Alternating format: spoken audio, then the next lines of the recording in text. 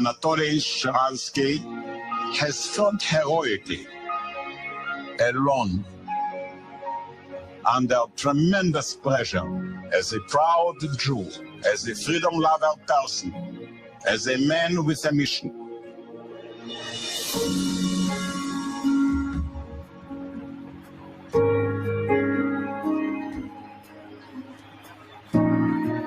They came from everywhere. Thousands of Jews and non-Jews. They streamed into Washington with but one common agenda. No, we would not be silent. History will judge. If the world had enough will and resolve to do what you are doing today, to stand up, to be counted, and to make your voices be heard.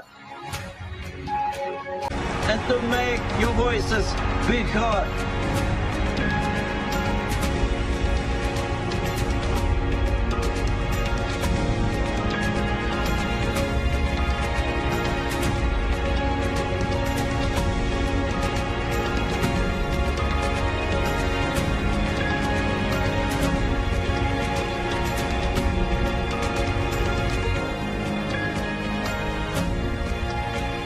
Please welcome Natan Sharansky.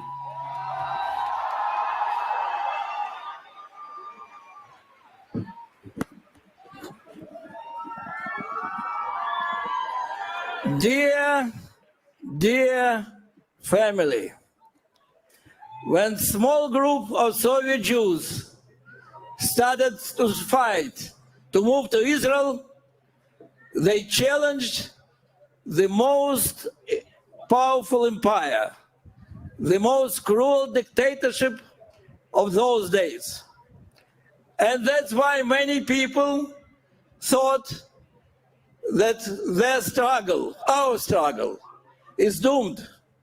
How can few men and women bring down the empire on their own? But the fact is that we never thought that we are alone. We knew the Jewish people and the state of Israel is with us. From the small demonstration initiated by 4 students at Columbia University in 1964 to the massive rally of 250,000 Jews just here in this place in 87, there were 3 generations of world Jewry who fought for our freedom. Many of your grandfathers fought for our freedom. Many of your parents fought for our freedom. Many of you fought for our freedom. And that's what made all the change. So, when in the long years in prison, I was told again and again that I'm alone, that I'm abandoned, that we failed. It was enough for me simply to remember all those faces of Jews from America, from Britain, from Canada, who were coming to us, to Moscow, to support us, to understand that KGB is lying. Because you were bringing so much love and so much strength to us. This picture of one Jewish fighting family was always in my head. And that is why it was so clear that whatever will be my personal fate, the outcome of our struggle can be only our victory.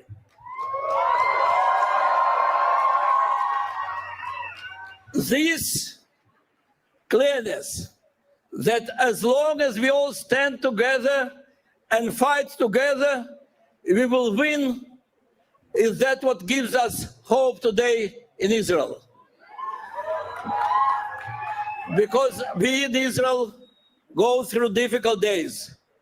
We go from one funeral of the soldier who fell fighting against Hamas yesterday, and another funeral of the family who was tortured and killed 5 weeks ago, but was identified only now.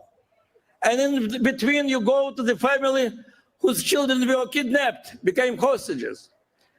And wherever you go, you hear more and more stories about torture and murder. How you keep going? You keep going by doing it together.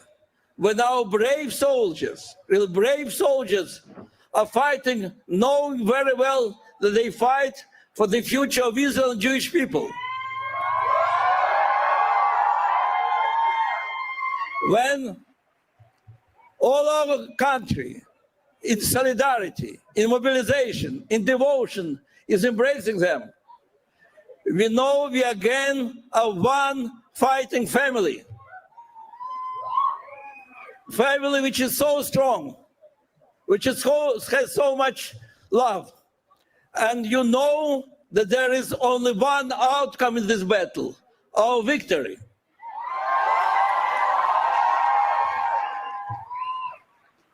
But then we find out that there is another front in this war.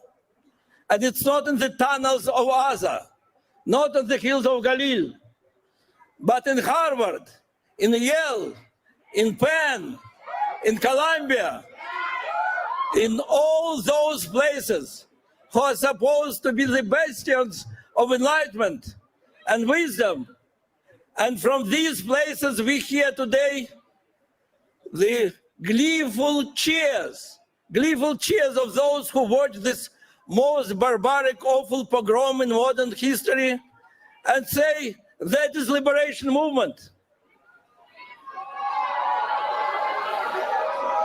They speak about democracy and they are ready to give away on the most and the only democratic country in the Middle East.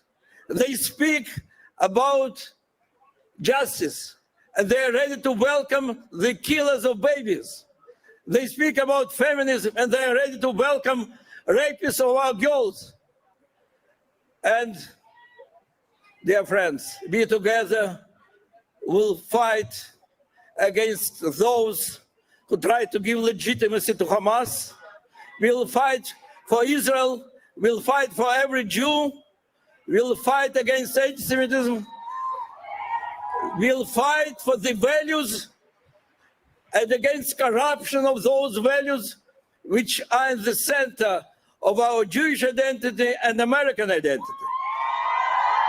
And now look at those tens of thousands of students who came from Harvard and Yale and